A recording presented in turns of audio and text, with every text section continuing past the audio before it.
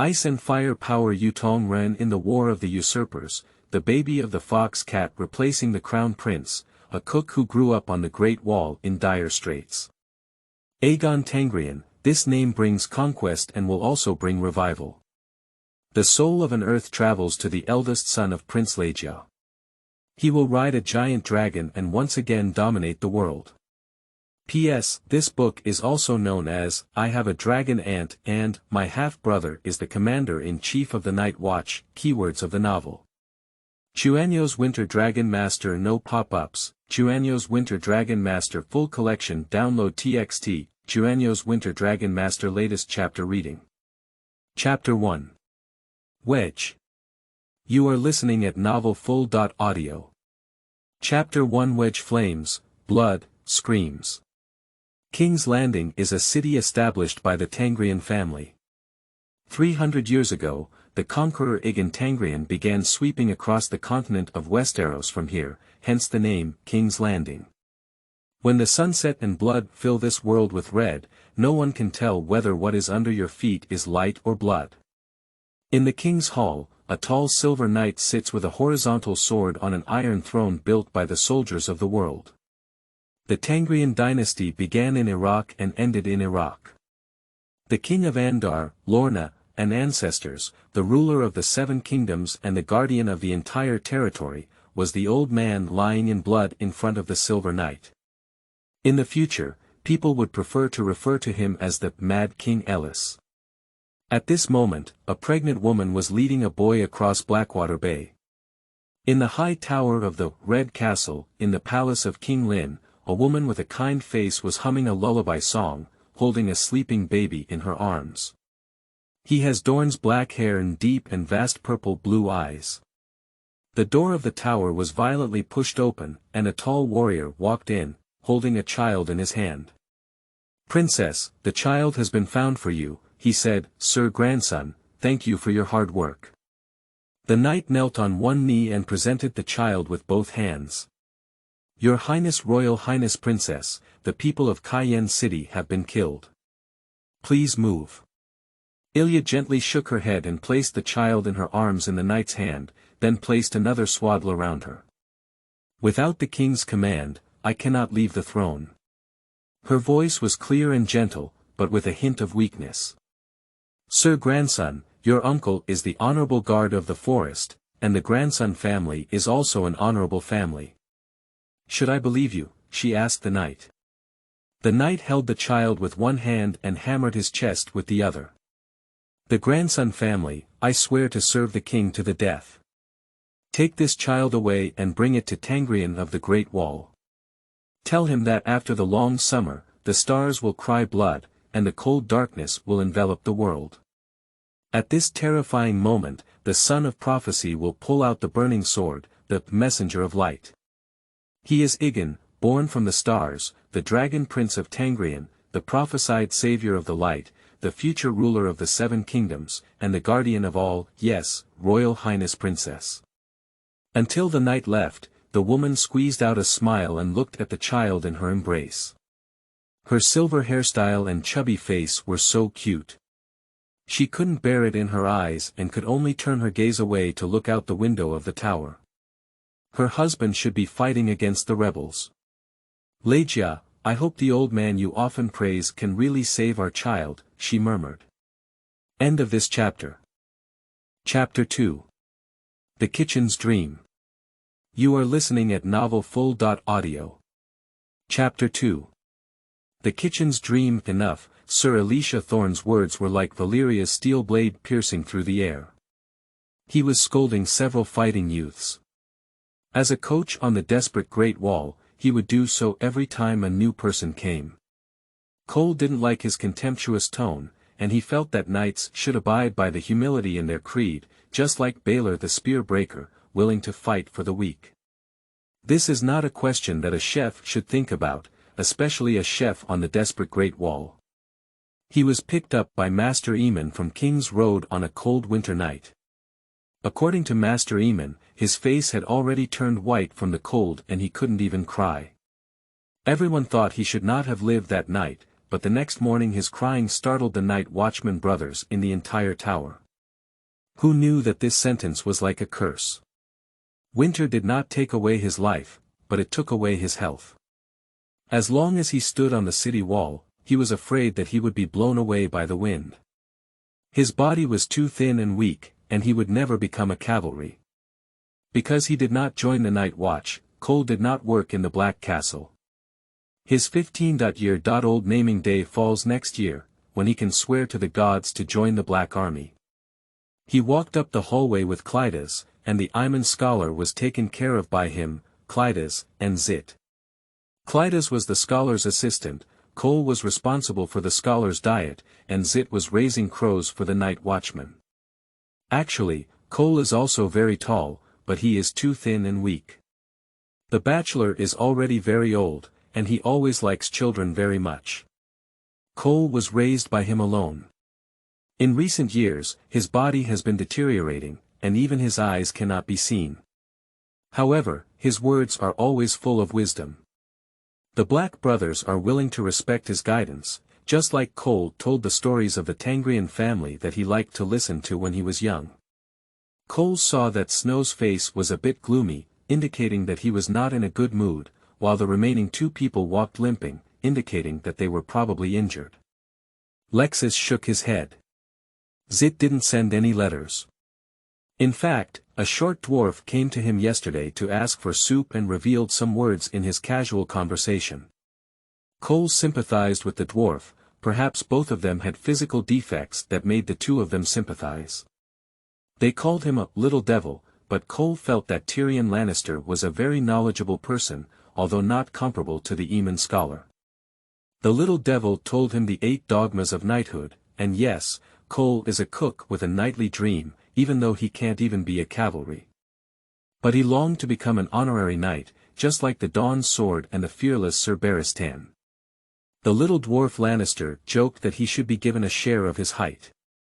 Perhaps age is a certain reason, but Cole is more willing to believe that the Aegon bachelor is an honorable and cultured aristocrat. "It's me, bachelor." Cole walked over and placed the lunchbox under the bed. Mr. Aegon reached out and rubbed Cole's hair. "You don't even want to call me Grandpa Aegon now, it seems they have taught you very well." Commander Kogel joked, "This kid has a loud voice and is a cavalry soldier." Seeing him staring blankly at the martial arts arena again, the affairs officer Clyde couldn't help but shout at him, "Hey, little cavalry, if you keep staring blankly, Master Aegon will be starving." Because there are hundreds of people, Cole is only responsible for the easiest daily soup making and cooking for Master Aegon. Coincidentally, a few new night watchmen walked past them. Sir Thorne, the coach, had just scolded them. "I heard that there was a bastard named Jon Snow from the Stark family, but he was very proud and Cole didn't dare to talk to him for a while." Cole handed him a bowl of meat porridge. Master Aegon had no teeth to chew. He took a spoon and drank it slowly, unlike the brothers of the night watchmen who wolfed down food and soup. In fact, when Cole called out the word bachelor, a hint of disappointment flashed on Mr. Eamon's old face, but after thinking about it, he quickly felt relieved. He should understand honor and disgrace. Master Aegon is a highly respected presence among the night watchmen, and he should be respected by calling him master. 4, 3, 2, and 1 Because nobles are associated with knights, Cole has an inexplicable fondness for them. Sometimes during the day, after listening to some dirty jokes from a night watchman, he would also dream at night that he had captured the heart of a beautiful noblewoman as a knight somewhere. But the next morning, he had to go wash his pants. At this moment, the cold wind blew and made him tremble uncontrollably. Although he was already wrapped in a sheepskin coat, no matter how much clothes he wore on the edge of the Great Wall, he couldn't resist the knife-like cold. The night watchmen all know that Cole cooks the best food, and so the most anticipated thing for the Black brothers throughout the day is to drink the broth he cooks. If anyone is drawn to duty at the time of meal, they will definitely be discouraged for the whole day. Because on that day, he probably could only nibble on a little rye bread and drink a bowl of cow urine like vegetable soup. Pushing open the door, Mr. Eamon's keen hearing quickly recognized Cole's footsteps. He asked in a soft voice, "Is it little Cole?" The Black brothers are always amazed that he can find some strange things and make exceptionally delicious food. Cole himself was also very confused, as if he knew these things from birth. He once asked Master Eamon in confusion, but all he got was a smile from the master shaking his head. He told Cole that there were many strange people and things in this world, and even the books in the school city could not record them all. Cole regained his senses and looked at him apologetically. Clyde was short, bald, with a pair of dark red eyes, hunched shoulders, a round face with almost no chin, and a patched sheepskin coat. The body is not thin, perhaps the position of an affairs officer is more oily. "Lexus," Master Eamon whispered before asking, "Have any letters been delivered today?" After dinner, Cole walked with Master Eamon again. The master could say a lot, but Cole's soul had already flown to the martial arts arena. When he heard the sound of table tennis and swords, he was always full of admiration. That night, Cole, lying in the tower room, was still thinking about the words Lannister had told him. Every time he heard any information about knights, he would meticulously record it and engrave it on the wall of the tower defense. At this moment, the new scratches on the wall are: humility, honor, sacrifice, bravery, compassion, spirit, honesty, and justice. Tonight, the night sky of the entire continent of Westeros is covered with dense clouds, and a meteor seems to have completely shattered chaos, revealing bright moonlight and brilliant stars. Even the most accomplished stargazers in the school city cannot see through the meaning of this meteor. End of this chapter. Chapter 3. Cole. You are listening at novelfull.audio.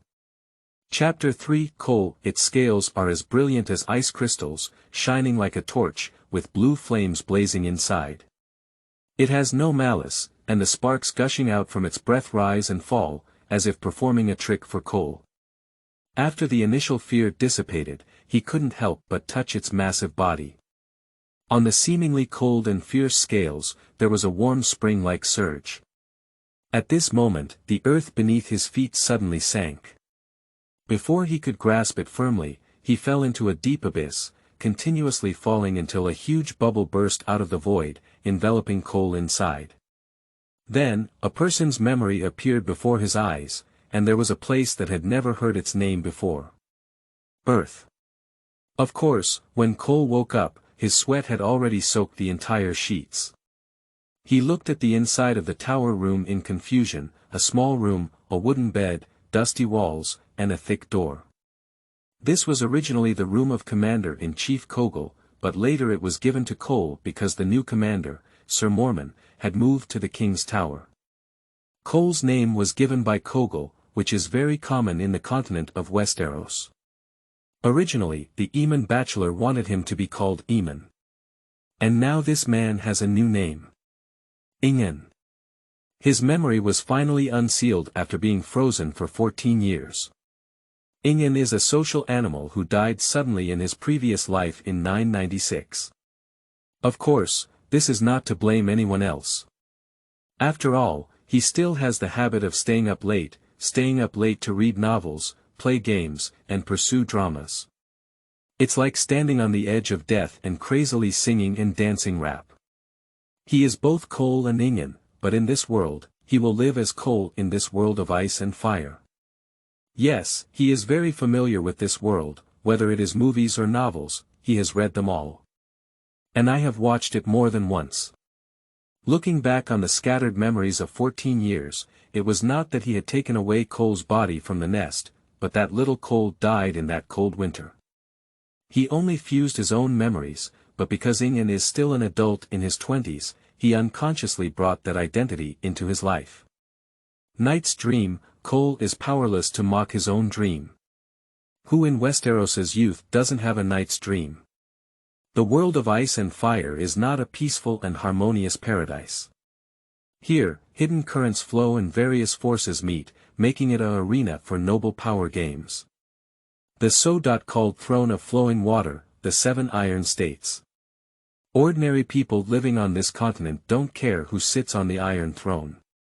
They only recognize their own lords, as the saying goes, vassals are not my vassals.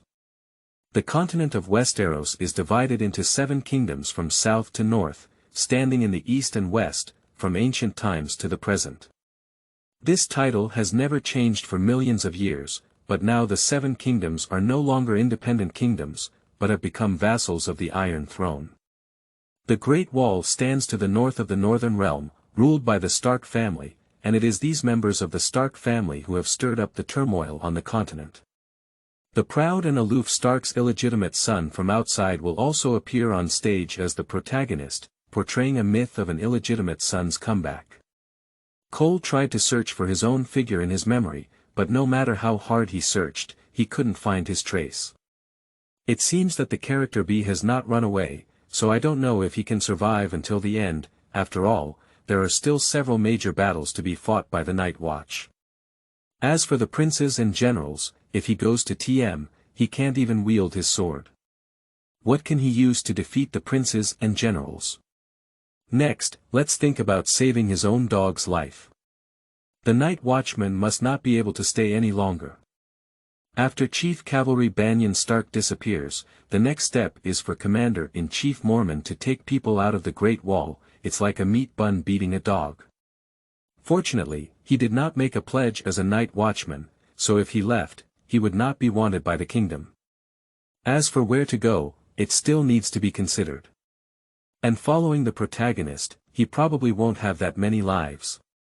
At this moment, someone came to call him. After all, he was about to start cooking for the Black brothers. Black Castle had 600 mouths and had to cook several pots of soup.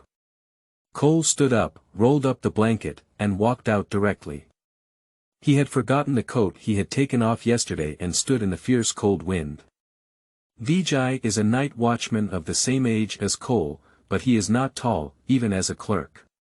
He came last year and was charged with sneaking a peek at a noblewoman bathing. But he didn't say that himself. He said he was imprisoned because he broke through the affair between the noblewoman and the groom, and because his father was a blacksmith in the castle, he was not executed. This kid and Cole are responsible for making soup together, but the soup he makes is jokingly referred to as vegetable soup by the Black brothers. Cole, where's your coat? Why are you wearing it so thin? Viggy asked with some concern. The discipline is strict in the Black Castle, but there is a casino in the mole village outside the city wall, and some impatient night watchmen will pawn their coats. Cole only then noticed that his coat was not draped over him, but why didn't he feel any cold? He walked in and put on a sheepskin coat, which had a strong smell. On the desperate Great Wall, no one would think about washing clothes, everyone had the same taste. After putting on their clothes, the two of them went together to the kitchen in the hall. They were the earliest to arrive, and the fire had not yet ignited. The night watchman who was changing shifts had just come down from the Great Wall. Cole lit the fire with a flint, put the pot on the rack, and started cutting the meat. Just chop the meat and put it in. Whoever can catch it is considered lucky. Sprinkle salt, add some wild vegetables, and some wheat grains in it to taste better. Add some special seasoning, and it's okay to finish. Pour this pot of soup into a bucket and cook it again until the bucket is full. He was about to move the bucket to the lobby, and when Virgil came up to help, he was soon dumbfounded. Cole picked up the bucket with one hand and strode towards the lobby. After putting down the bucket, the night watchers who changed shifts rushed in. This was the first bucket of soup, with the highest amount of meat. Oling, they divided up all the soup while gnawing on rye bread and drinking meat soup, their faces full of satisfaction. After all, the cold wind blew for half a night. At this moment, Snow arrived late outside the door and hesitated as he looked at Cole. Finally, he walked over and asked, "Do you have any soup left?" Cole was looking at him, and only then did the two intersect. Helplessly, he stopped and said, "We've already seen the bottom. If you're willing to wait, you can wait for the next bucket." The next bucket is Vijay's vegetable soup, and the two take turns. When Cole distributes the soup, Vijay cooks in the back kitchen, and so on. Snow shook her head and then found a spot to nibble on the black bread alone. He looked very lonely, with a stubborn appearance that seemed out of place. With gray hair and a serious face, he looked like a little adult. "Cole, help me." Viggy, who had brought out the bucket from the kitchen, couldn't hold on anymore. Cole quickly went up to lend a hand. "Viggy, the soup you made is not tasty, you can't even move a bucket. Why don't you just go to Mole Village to sell fart gu?" The Night Watch brothers laughed and shouted. Instantly burst into laughter, making Vijay blush with embarrassment. This is already the simplest task for the Night Watchman, but he still can't do it well. Cole taught him how to make seasonings, but his elm head is either too much or too little. Sometimes when cooking soup, he forgets about the meat. Cole helped him with it for a while, but he couldn't even finish it himself. End of this chapter. Chapter 4. Picking up the sword. You are listening at novelfull.audio. Chapter 4. Picking up the sword. Actually, I'm a good fan, and my dad has praised me before, Vijay whispered to Cole in the kitchen. He nodded in agreement. No one is useless, hardworking people are worthy of respect. So Cole comforted and said, "They're just joking, you don't have to worry." Seeing that Cole didn't care at all, Vicky smiled foolishly. He cared more about Cole's opinion as his only friend, afraid that Cole would distance himself from him because of those words.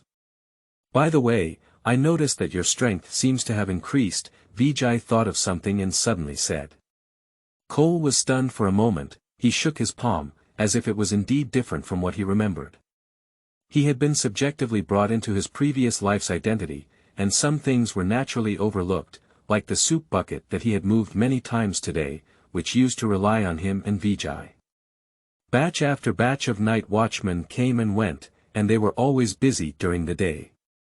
Until night, except for the brothers on duty, everyone else gathered in the hall, chatting and bragging in groups of 3 or 2, playing dominoes. By noon, almost all the night watchmen had already eaten their first meal.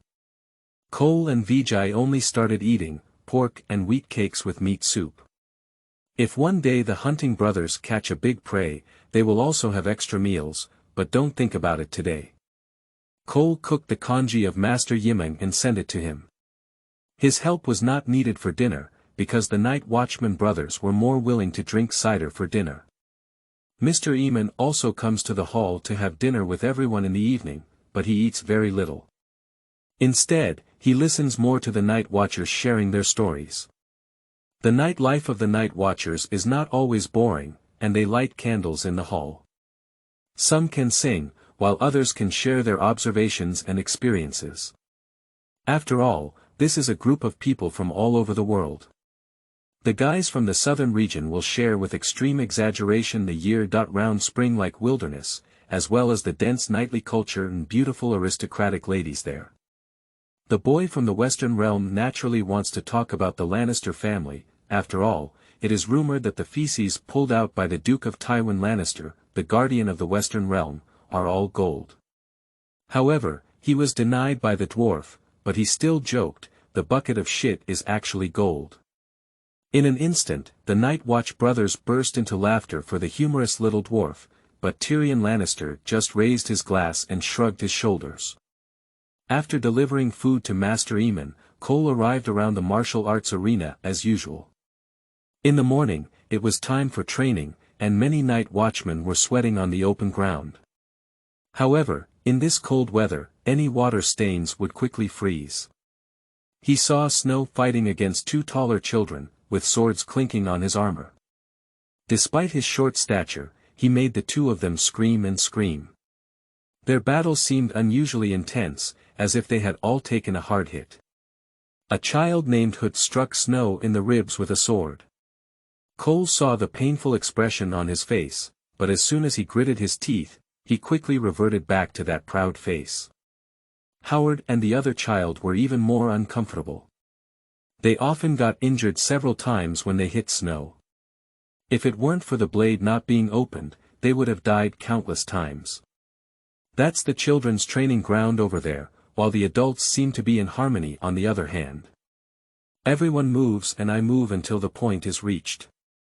Someone even saw Cole shouting for him to come down and try his hand. He used to refuse because going down was just adding humor to these bastards. He walked down the spiral staircase, but today he wants to give it a try. He knows very well how important martial arts are in this world. Dragon slaying skills can be omitted, but they cannot be omitted. Oh, by the way, there are really giant dragons in this world. Oh, our little cavalry has come down, someone said in a frivolous tone. This is not malicious among the night watchers, but rather a daily joke among everyone. Give me a sword, Cole said to the trainer. Without even thinking about it, he handed over the sword in his hand. Someone was already looking forward to tonight's new program, and maybe Bozo would learn to dance like Cole wielding his sword. I weighed the weight of the sword in my hand and it was very light. It feels like it's made of plastic, but it does feel like steel to the touch. Thinking of the feeling of powerlessness in holding the sword in his memory, and looking at the light and leisurely sword in his hand, his body did indeed undergo some incredible change. Hey, isn't the little cavalry coming at the stake? Someone urged. Cole nodded and walked up to the wooden stake, tightly gripping the hilt with both hands. Feeling the friction from the fur on the hilt, he swung it hard. With a snap, the wooden stake was split in half. The brothers in black all widened their eyes, even more surprised than seeing a woman. They couldn't help but wonder if the person in front of them was still the little affairs officer who cooked delicious food. Oh, 7 gods. This kid won't be swapped by a ghost, will he? Cole himself was also amazed as he looked at the wooden stake in front of him, his strength was so great. The night watchman who handed the sword to Cole came up and grabbed his shoulder. I didn't expect you to hide it, kid. There was a hint of awkwardness on his face, but he was also somewhat surprised. Perhaps you can go over there and train with Coach Elisa and them, but you need to return the sword to me first, he pointed to the children. Thank you very much, Cole handed the sword back. He patted Cole's chest and said, Night watchman, don't say thank you. Remember to grab a few more pieces of my broth. Seeing Cole walking towards the corner where Snow and his team were training, the night watchman who borrowed the sword shrugged and said, It seems like the show is over. You cunning kid, since you're asking Cole to add flesh to you, come on, I'll challenge you. Hee, who made you react so slowly? I'm not afraid, you guys go up together. In an instant, the martial arts scene was filled with curses, but the culprit Cole had quietly walked towards the new recruits. Jon Snow naturally noticed the commotion over there. He looked at Cole's weak and tall body and couldn't believe there was so much power.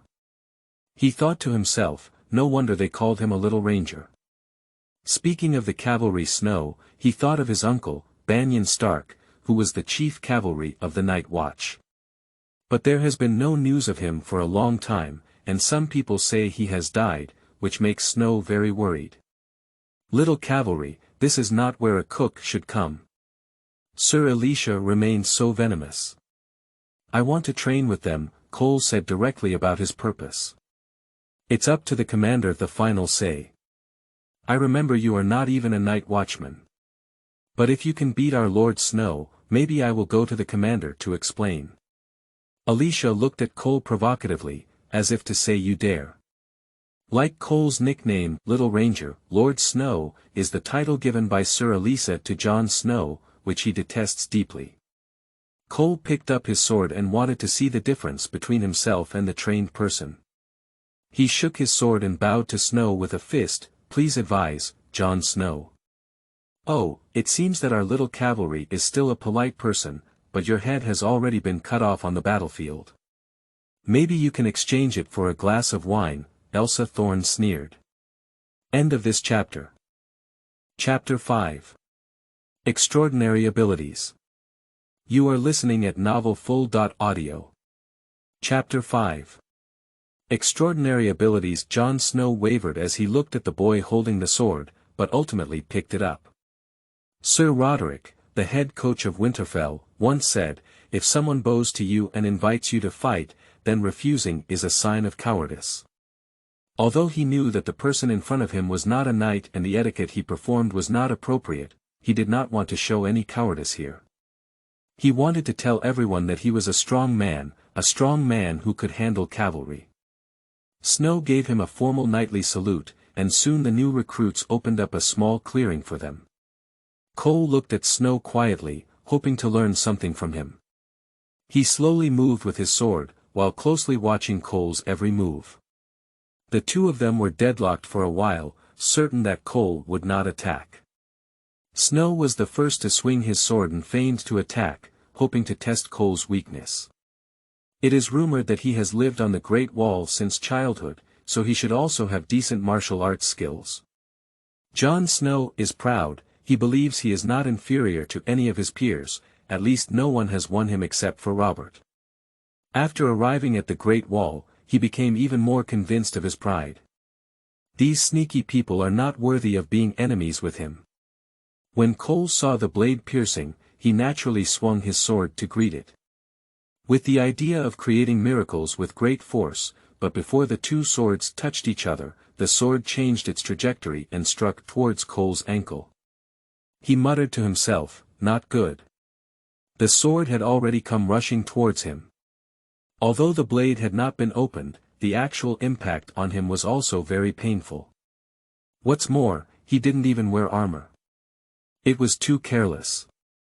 Staring intently at the sword, suddenly the things in the pupils began to slow down, and the sword was no exception.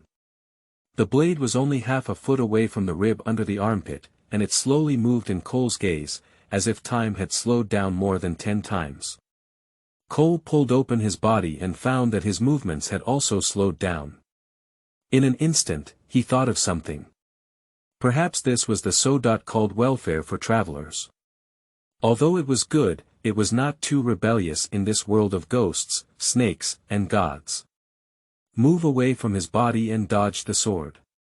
As he slows down his tightly compressed pupils, the world returns to normal, and his eyes also ache, as if staring at the computer all day, their eyes sour and spicy. With a single blow, Snow's heart was constantly startled. Indeed, Cole was different from these people. Although the structure seemed to be full of loopholes, he could easily dodge his own sword. After wielding his sword, Snow left a large vacuum in front of him. If he took this opportunity to take action, he could be caught off guard. However, how could a newbie wielding the sword seize such an opportunity? Cole just jumped away in shock, sweating profusely from Snow's sword. Snow quickly returned his sword to protect himself, but secretly cursed himself for being too careless. Since he knew the enemy was not an ordinary person, he should be more cautious in fighting. The imagined sword did not strike, and he looked towards the other side with some confusion. I saw Cole with his sword on his back, a relaxed posture that he had experienced in Sir Roderick, a calm and confident demeanor. It seems that his swordsmanship is far superior to mine, Snow whispered in his heart. So Snow's movements became more cautious. He remembered the footwork taught by his instructor, the free and swinging movements, but there was a certain pattern in the chaos.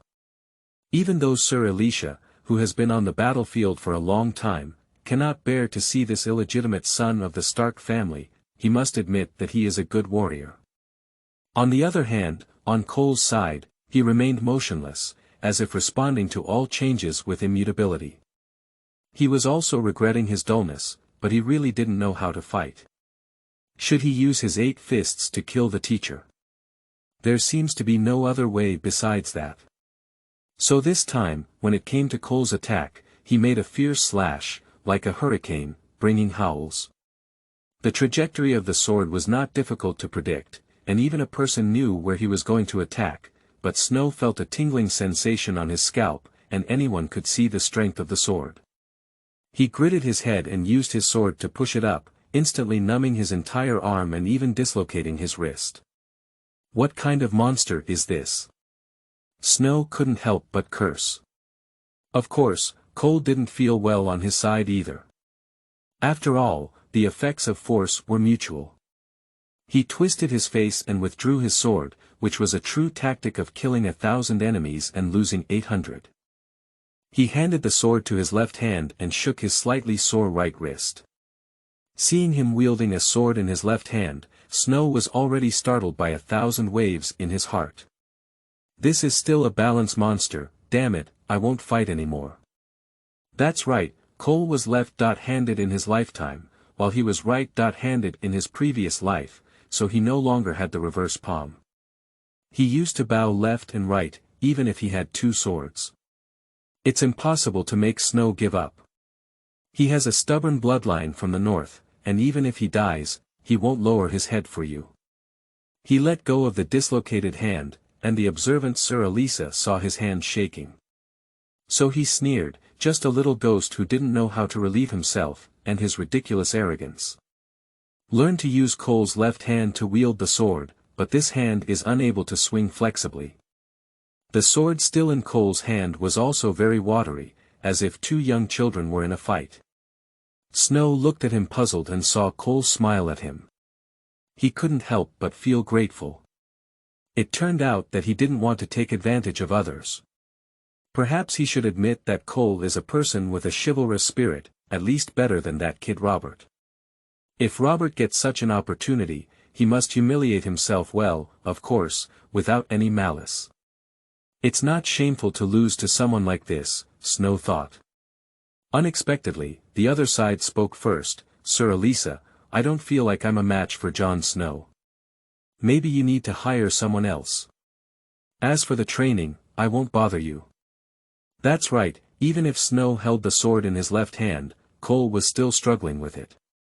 Indeed, he was far from someone who had truly undergone training. He turned around and saw Snow with a grateful expression on his face, somewhat puzzled, but still said, "You are a powerful warrior, Jon Snow." "You too, Cole." It seems that he is not as arrogant as legendary. He is indeed the protagonist, even when facing the weak, he maintains humility. He took this opportunity to see his own strength clearly, and in the future, he will try his best not to conflict with others. As for knights and so on, go ahead with him. Returning his sword, he walked up the spiral staircase somewhat desolate, saying that it was fake not to want to become a human being, and that in any world, there was always a pursuit of fame and fortune, and the so-called game of power was also a struggle for these vulgar things. This is a chaotic world, where human life is like grass. But it is also an opportunity, and there are countless people who can take advantage of the wind and soar thousands of miles. Hey, it's not bad, little chef. A short man holding a wine bag turned out from behind a wooden stake. Lannister. End of this chapter. Chapter 6. Invitation. You are listening at novelfull.audio. Chapter 6 Invitation. He has a disproportionately large head and eyes that are also one big and one small. His facial features look a bit tight, with the golden hair color of the Lannister family on his head. He is dressed in a black bear leather coat, which is different from the bear coat. The deep red leather coat inside, with golden lion buttons and colorful carvings, gives him a feeling of being bathed in monkeys. Tyrion Lannister, known as the Little Devil, does not have much aristocratic demeanor, at least he can confidently talk to a group of horse thieves and rapists. Cole carefully scrutinized this guy, and if one of the people he admired most in this world was this little dwarf, he inherited the wisdom of the cunning Lannister family. Unfortunately, the head of the family, Duke Tywin, chose to turn a blind eye. In such a dangerous world, only smart people often live longer. Why? Do you want to compete with me? You've really chosen the right person, Tyrion joked as he watched Cole stare at him. I dare not touch the people of Lannister. I heard their language's debt must be paid. Tyrion shrugged and said, if I die in a duel, maybe there will be a banquet in Cayenne City. And my father will also have the king canonize you as a knight because you gave his least favored son an honorary death. His tone was full of mockery. Sure enough, this father-son relationship is very deep. Do you want to take a breath? Tyrion handed him his wine bag. This guy has always been a wine lover, but he never hesitates to share his wine. Cole is naturally not polite. This is the wine brought from the south called Summer Red. In the Great Wall, a place where you can only drink apple cider and beer, Summer Red is simply a treasure. I took a strong sip, a bit mellow and sweet, and this flavor can only be brewed in the warm southern regions and Dorne. Wine tastes more like a fruit juice, and the alcohol content is not high, no wonder Tyrion loves it so much. When are you leaving? Cole squatted by the ladder and asked. Maybe you'll stay for a few more days, Old Mormon said. It seems like you want to be a knight. He patted Cole's chest, feeling stiff as he hit the copper armor. But I think you are still more suitable as a cook. I heard you're not a night watchman, maybe you can follow me to the south. Wherever you go, whether you're a knight or a cook, it's better than this place where you can pee and stick, Tyrion suggested. Although Cole's cooking skills are indeed good, Tyrion, who has grown accustomed to the delicacies of the mountains and seas, is not particularly unusual. He invited Cole to go south just to agree to a request from an old man. Is it heading south? Cole did think that it was too dangerous on the Great Wall, and others didn't believe in ghosts. But he believed it to the bone, and even the TM knew that ghosts were coming to attack the city and would ride a giant dragon. It was the fool who wanted to stay here, but there were some things he couldn't part with. Cole is 14 years old this year, and Yimeng is over 100 years old. The day he reported to Yimeng is also short. He is the only relative in his own world, and although Cole is afraid of death, he is not an ungrateful person. Even if he cannot repay the nurturing kindness of his bachelor, Cole will take care of him in the last period of his life. The word filial piety flows through the bloodline and spirit of every Chinese child. Maybe I'll go to the south if there's a chance, but let's forget about it now. Seeing Cole refuse, Tyrion didn't say much. He knew how to observe his words and expressions. Cole refused decisively, saying too much was futile, and instead, it was easy to develop evil. So you don't plan to join the night watch? He asked. Cole shook his head and said, this place doesn't belong to me. I see you're doing pretty well here. Look at that bastard from the Stark family. Oh, this kid is just as stubborn as his father. Glory and bravery. He is actually a very good warrior, and I believe the equally honored Night Watch will accept him. Cole turned his gaze to the arena. Do you have a high opinion of him? Do you want me to tell him, there's a chef who really likes you, maybe you won't be lonely on the Great Wall in the future? Ha ha ha. He burst out laughing, seeming very pleased with his joke. He was really a despicable little devil, but his pupils widened instantly and he shouted, damn it, leave me a bite. Taking the wine bag and holding it in his arms, it seemed like a precious treasure. Well, it was indeed a treasure. In fact, there was still a lot of wine, but it was Cole who deliberately blocked his mouth to scare him, and then looked up and drank heavily. You're not afraid his wolf will bite your head when you joke about snow like this?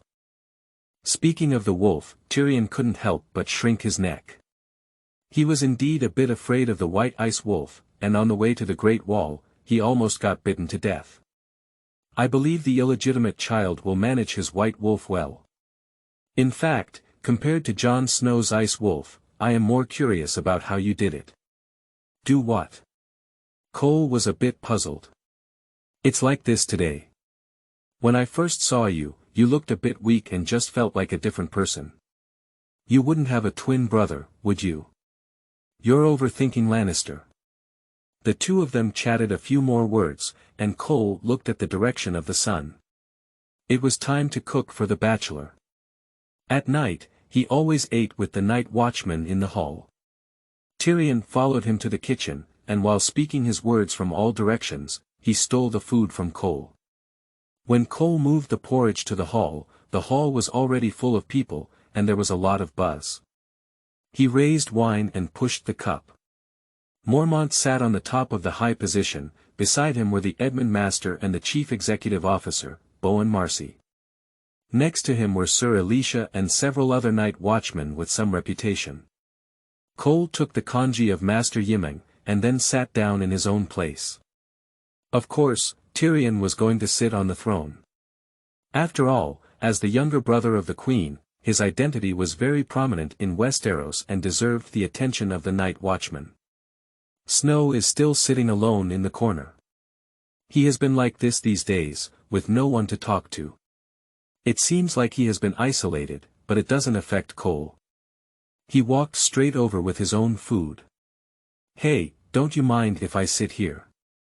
Cole asked him.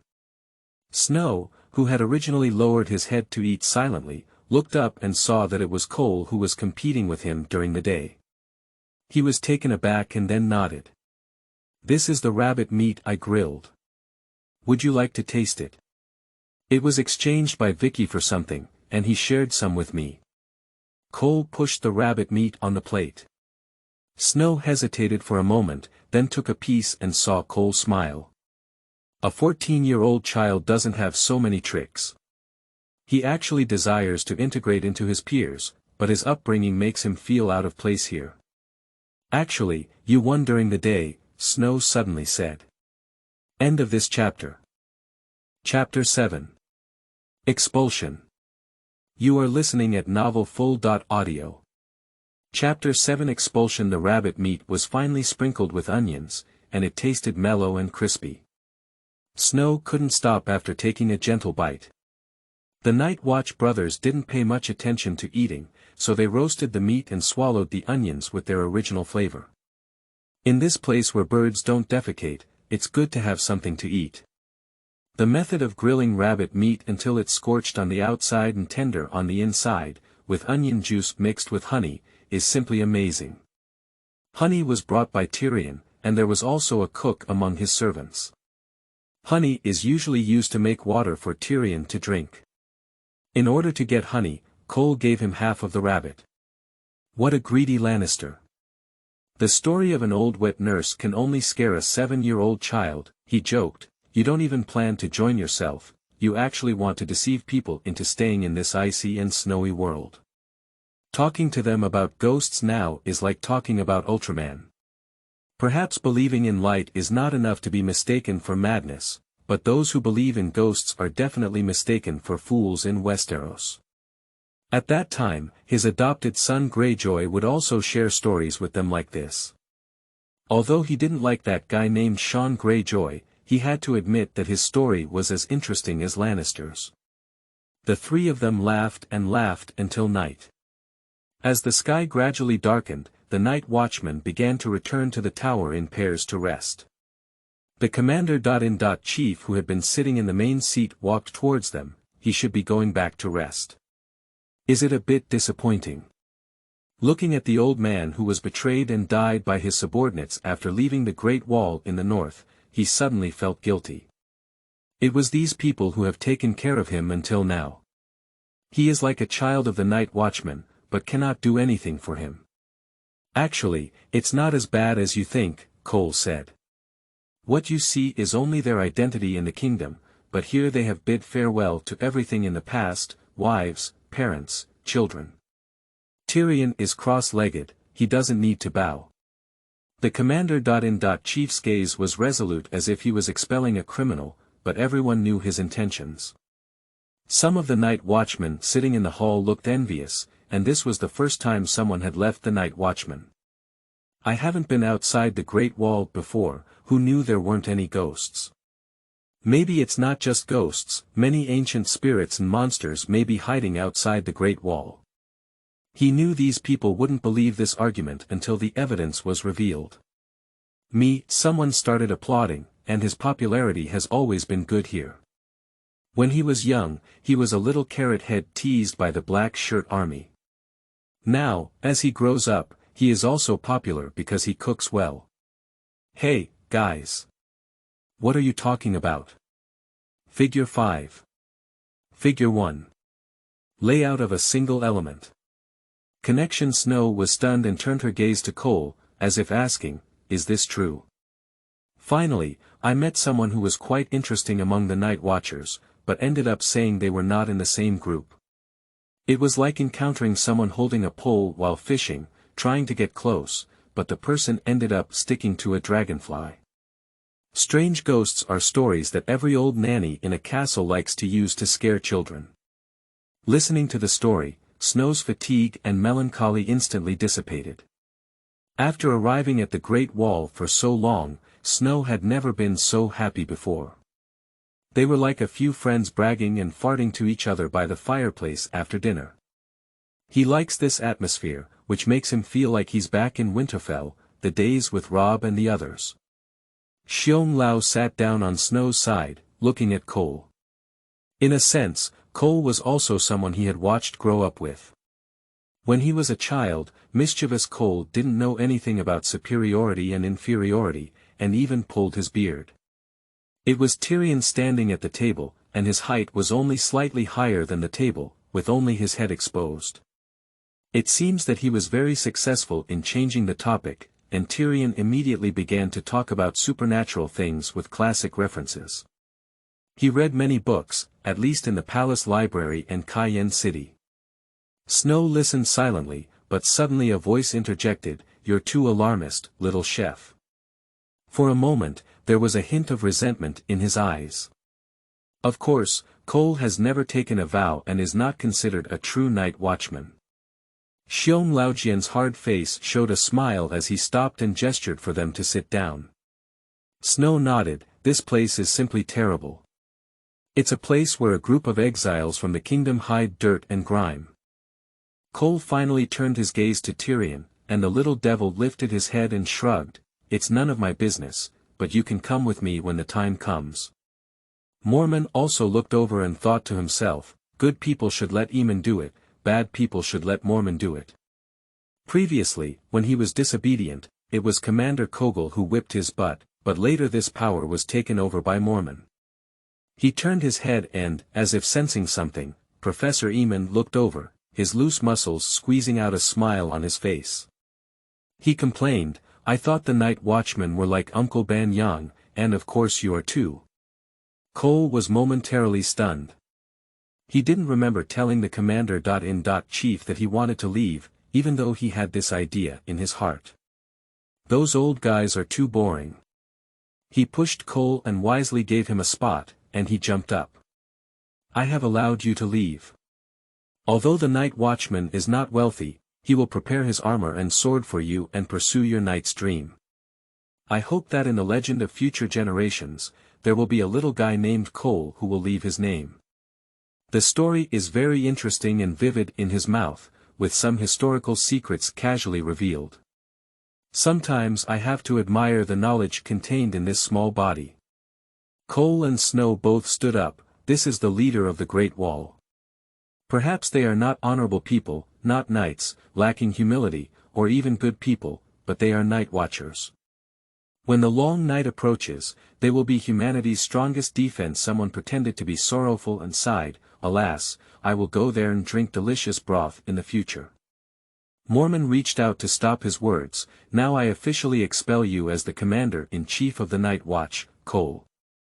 The Night Watch will have no place for you."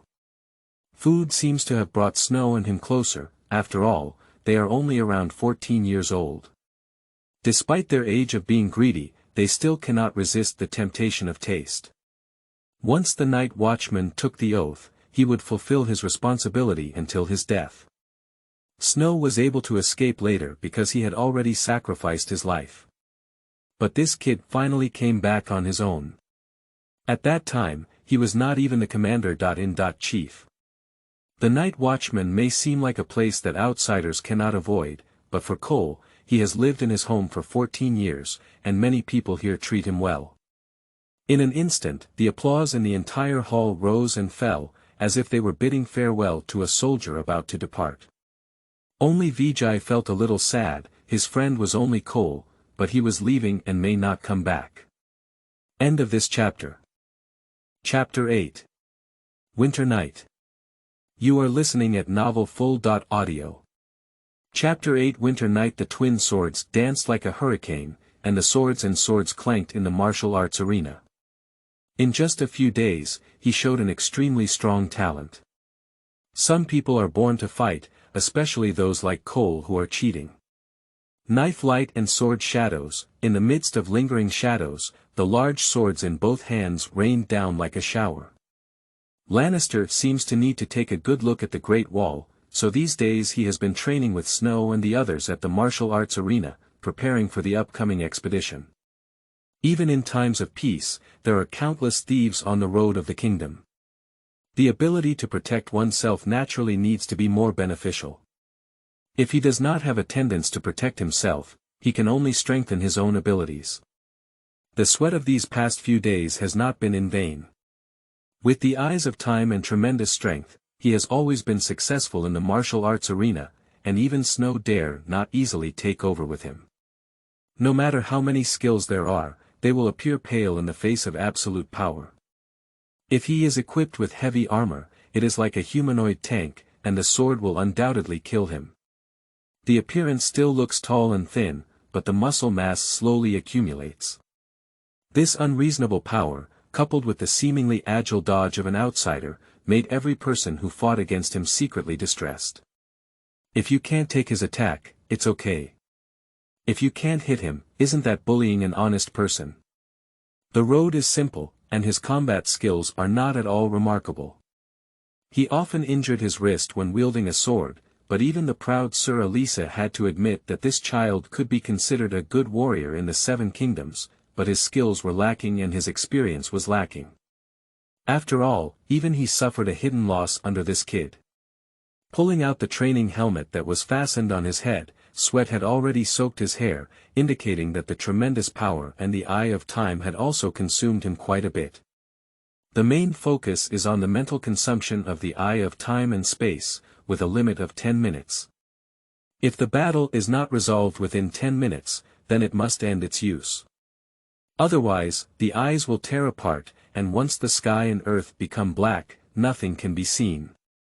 Close your eyes and meditate for at least half an hour each time you use it. Damn it, your strength is really strong, Cole. Gran softened her shoulders and just took a sword, her entire arm was about to fly. He was originally considered a small leader of a group of new recruits, but under Cole's command, he quickly became convinced, unlike some illegitimate child who looked superior. In the Great Wall, everything has to rely on one's own abilities to speak.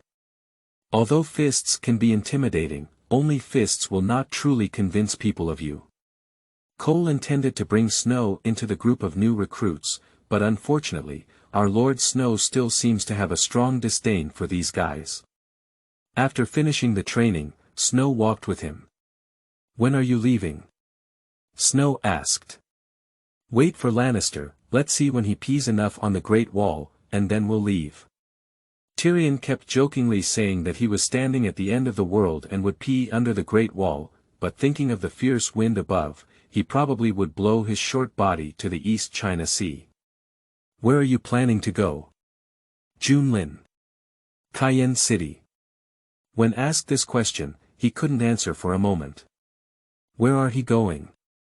He thought for a long time, thinking about the upcoming storm, whether to find a place to live or to plunge into the vortex to seek wealth and prosperity. If he had chosen to find a stable place before, but now. Although the battlefield has no eyes, danger naturally comes with infinite opportunities.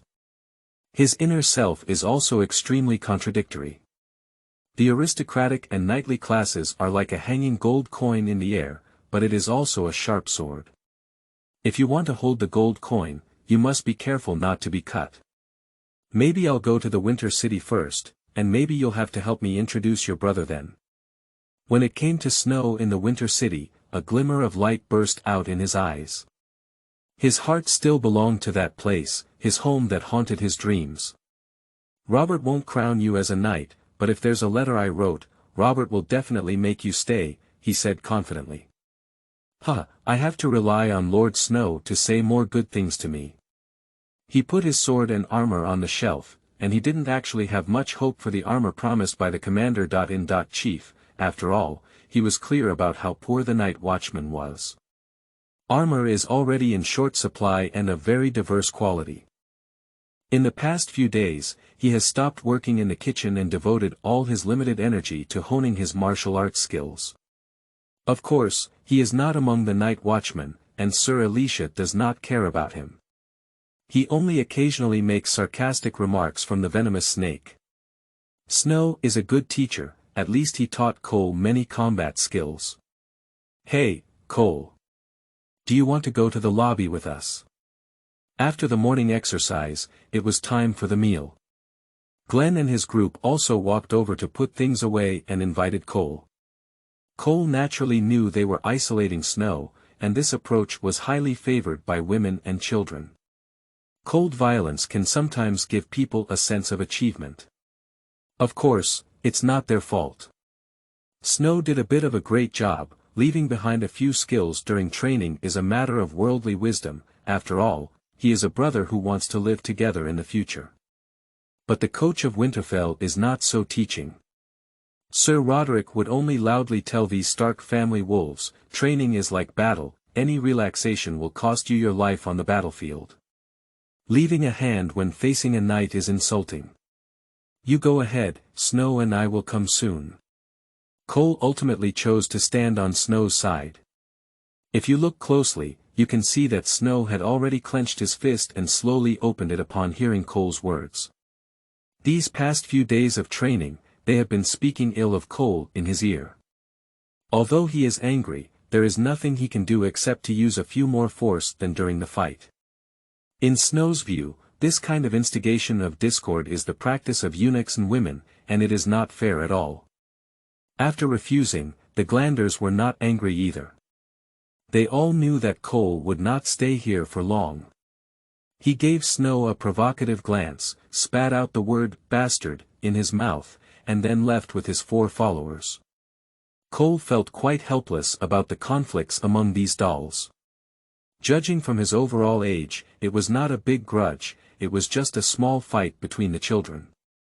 Snow, you can actually try to blend in with them.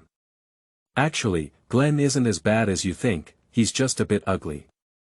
Looking at Snow's stubborn appearance, Cole decisively chose to shut up.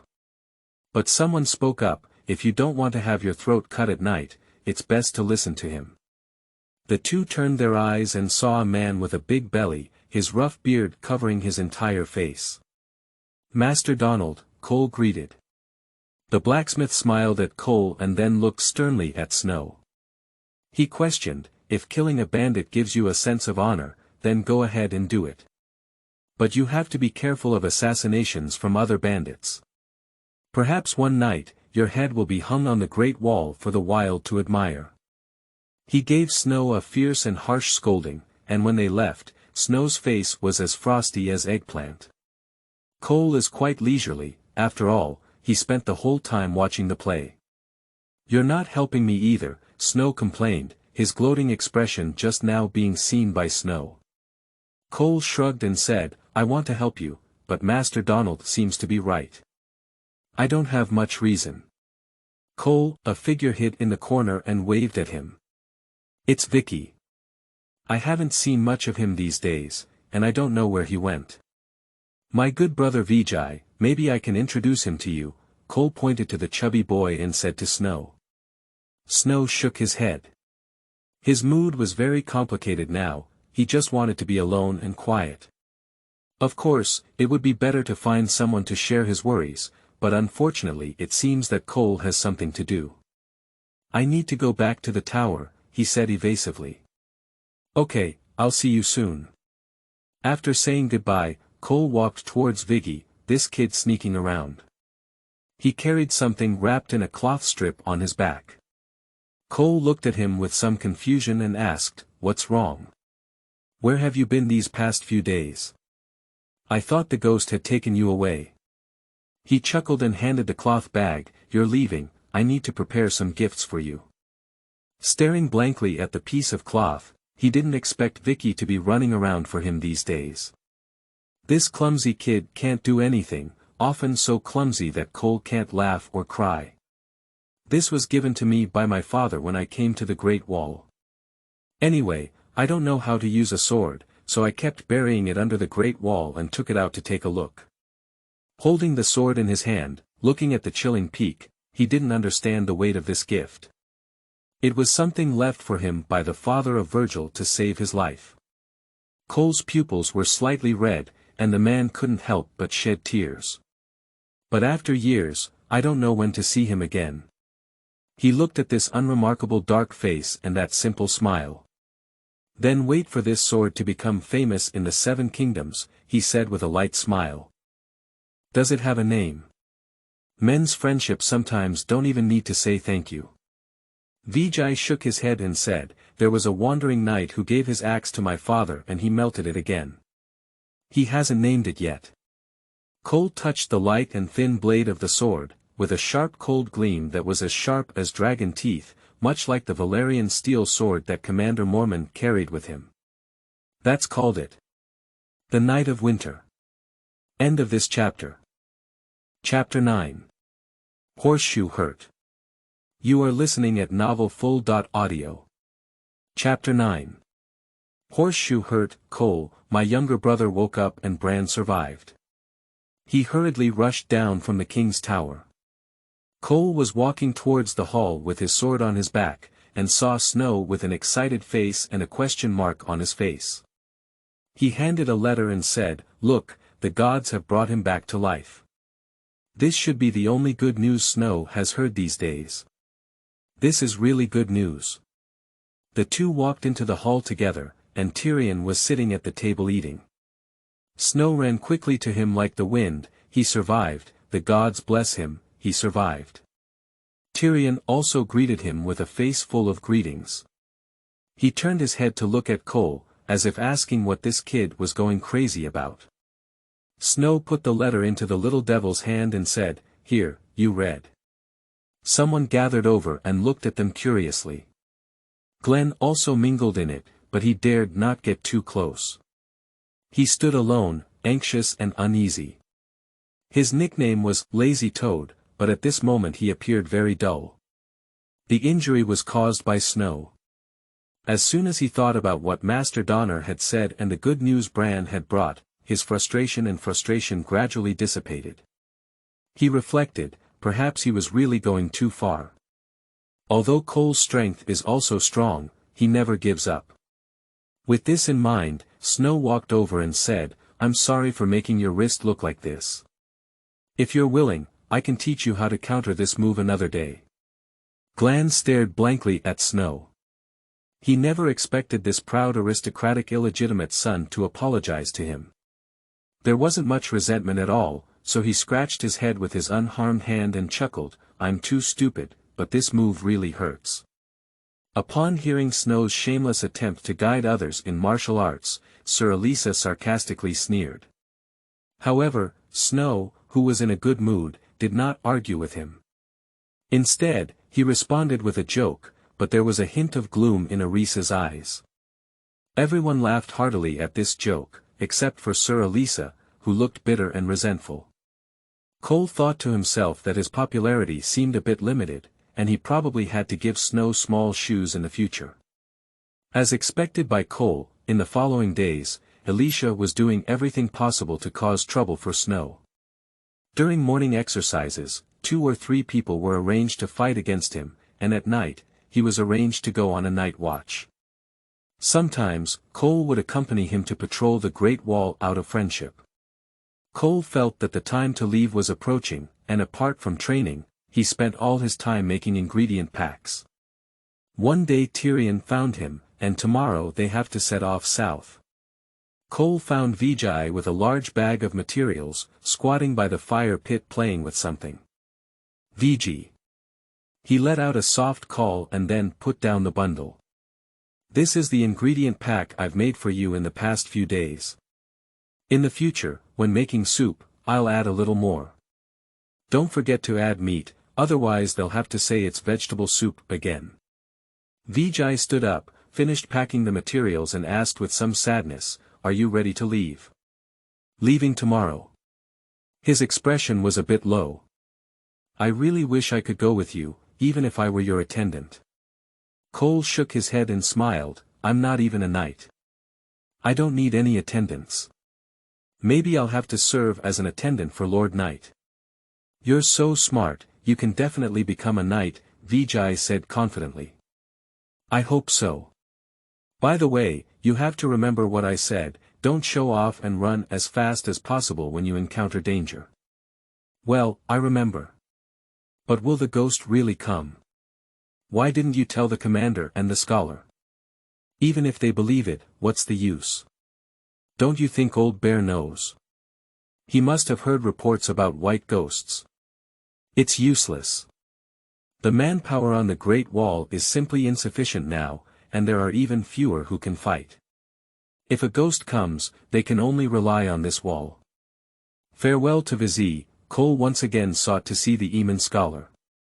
Sitting in the tower, he heard footsteps and spoke out Cole's identity in one sentence, "Little Cole, you're here." "Grandpa Eamon."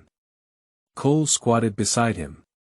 Yiming reached out his dry hands and gently touched his face. "I've grown up, little Cole has finally grown up," he said. "Grandpa Eamon, I'm leaving with Tyrion Lannister and the others tomorrow.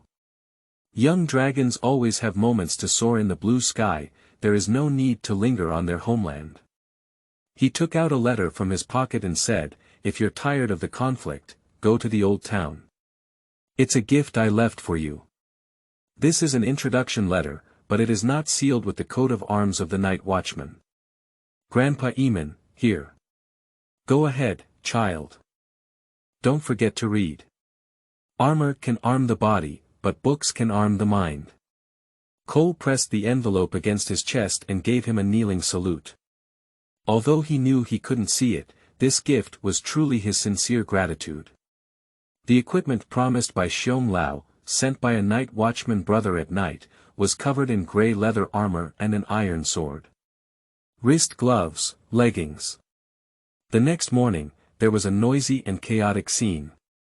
The three night watchman brothers, Tyrion and his two attendants, although they were lightly dressed, had to be well prepared. After leaving Mole Village, they had to walk into a deserted area for several days until they approached the Wolf Grove before anyone could be seen. Seeing Cole come down from the tower, Tyrion joked, "You look good, young man. The noblewomen of the south really like your slender waist. Tyrion, you got up so early. It's really difficult to get a good night's sleep in this damn place.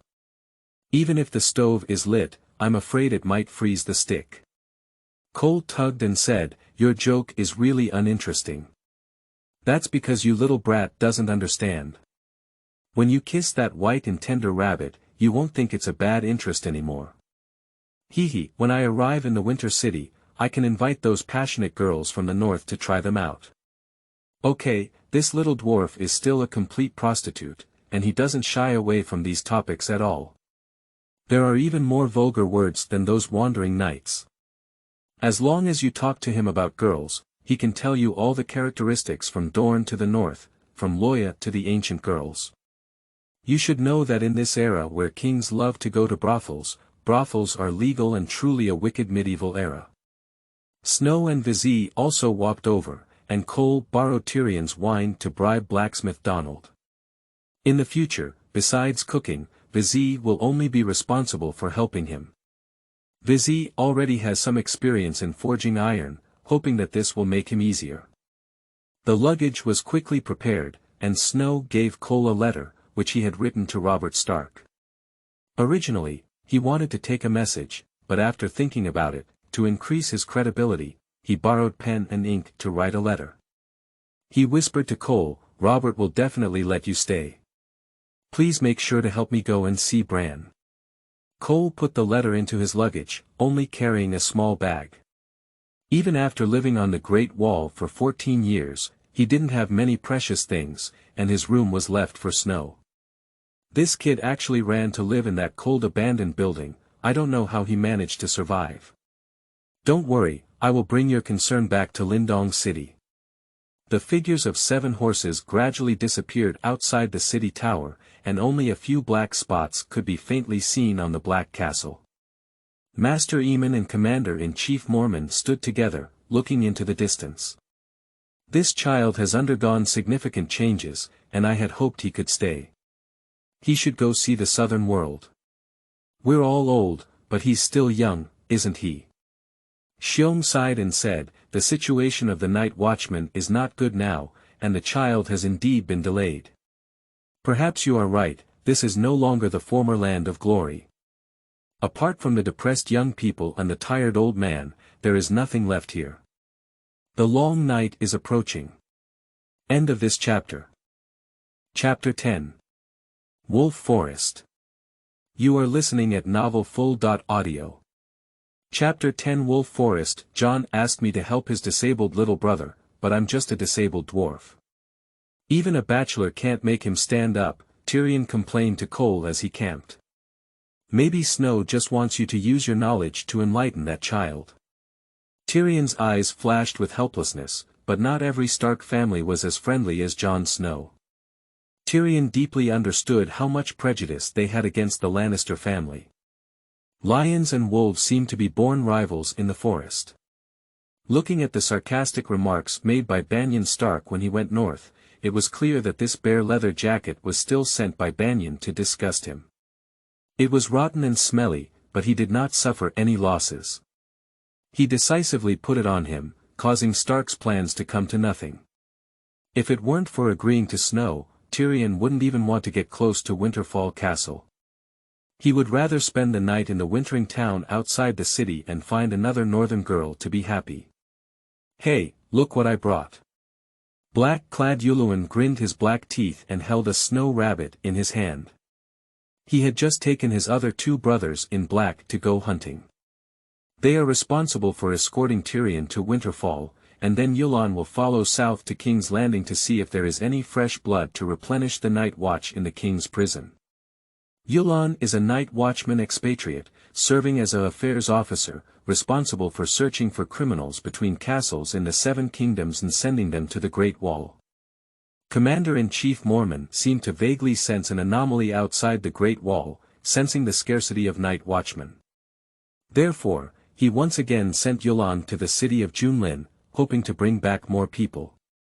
The commander-in-chief warmly welcomed Tyrion and hoped that he could speak well with the Queen and the Duke of Tywin, explaining the situation of the Night Watch to these important figures. "Little Cole, it's up to you. I haven't had your grilled meat for a long time," said Youtong without hesitation, pushing the snow rabbit over. The two attendants of Cole and Tyrion are responsible for repairing the campsite, starting a fire, and cooking. Peel off the rabbit's skin with a knife, cut through it, and extract the internal organs and intestines. Cut 2 more short branches to support the rabbit, scrape a few more cuts in the meat-rich area, and then grill the rabbit on the fire rack. Pierce 2 onions with tree branches and bake over fire. When the rabbit meat was half cooked, Cole took out the herbs he had prepared along the way, applied them on top, squeezed a few onions, sprinkled the juice on top, and added chopped garlic. In an instant, the aroma rose, and Tyrion, who was drinking and reading, moved his nose. After getting up from the ground, he leaned towards this side. "Cut me a piece," he said impatiently. Cole cut open a crispy piece of leg meat and handed it to him. He took a sip and his face instantly turned red. He quickly jumped back to get his wine bag, and the gurgling wine flowed into his stomach like a spring, emptying half of the bag. He slowly exhaled a breath. "Damn it, this damn weather can still get hot," he cursed. "Who made you so greedy?" Cole laughed heartily on one side. The other night watchman brothers were also attracted by the smell. A rabbit is definitely not enough to divide, but there are 7 people here. Paired with rye bread, each person can divide a palm-sized piece of meat. Tyrion, due to his special identity, shares more. "Xiong Lao let you go, it's really our loss," Youtong said angrily as he stuffed the rabbit meat into his mouth. "If our King Robert knew someone could roast meat so deliciously, he would probably have sent the Imperial Guards to arrest you." The other night watchman responded and praised. This seemed to have caught Tyrion's tongue. He swallowed the rabbit meat on his lips and then spoke, "I have had the privilege of eating dishes made by the king's royal chef. To be honest, this meat is not worse roasted than theirs." He turned his head to look at Cole again and said, "Are you sure you don't want to be a cook? I can have Dad bring you to Cayenne City. Tyrion, even if you move out of Duke Tywin, I won't cook for you." If you want to eat what I make, then come and be my servant, Cole joked. Tyrion glanced at him and said, "You're not even a knight. If you ask me, maybe I'll have my older brother crown you." "Brother. Kingslayer." Tyrion shook his head and said, "He doesn't like this nickname." "No one likes nicknames, just like others like to call me Raven, which is not something auspicious," said Youtong. The Night Watch brothers thought of something and said, "Black wings bring black news." "Not necessarily, at least the crow brought good news to Jon that kid." Tyrion took another bite of the rabbit meat, and he hadn't finished it yet. At night, Tyrion and Cole crowded into a tent, and this little devilia liked to talk in her sleep at night, with a very heavy color. Cole can only push his body as far away as possible. The next day, Cole woke up with bloodshot eyes, and Tyrion was still complaining, "When we get to Winterfell, we need to get a feather bed first, and then find a prostitute." After speaking, he took out a wine bag and gulped down a sip. Cole suspected that he had to rely on these drinks to survive. "After tidying up my luggage and continuing southward with my horse's hooves, I could vaguely see the appearance of the ancient forest. This place, known as the Wolf Forest, in the northern region, could always hear the howling of wolves at night. After passing through the Wolf Forest, it's not far from the Winter City. The narrow mountain road and King's Road are hard to find in this forest. Fortunately, with the old G of the Night Watch, Yuluin, he never gets lost." They walked slowly on the road, and this forest, as its name suggests, was filled with crisis in its shadows. Tyrion and Cole rode side by side, and since learning that Cole had read all the books of the Night Watch, their conversation had been endless. He shared those southern stories with Cole, and Cole shared with him the history of the Great Wall. The Great Wall, built of ice and stones, has a history of nearly 8,000 years, and all the stories that happened here are recorded in the library of the scholars. Listening to the stories of ghosts and savages, Tyrion couldn't help but wonder, "Your story is much more wonderful than what a wet nurse would say." Before he could finish speaking, a black lightning bolt struck from the shadow and hit Tyrion directly. Cole was startled, and the night watchmen and attendants also hurriedly stopped their horse ropes. Tyrion had already overturned his horse, which was a grey wolf, huge enough to be half the height of a horse. Youtong exclaimed, "It's an ice wolf." The night watchman knows that his illegitimate son has a white ice wolf, but he is not as tall as this grey one. The big mouth was ready to bite on Tyrion's head, and Tyrion was fiercely pressed to the ground by those strong wolf claws. End of this chapter.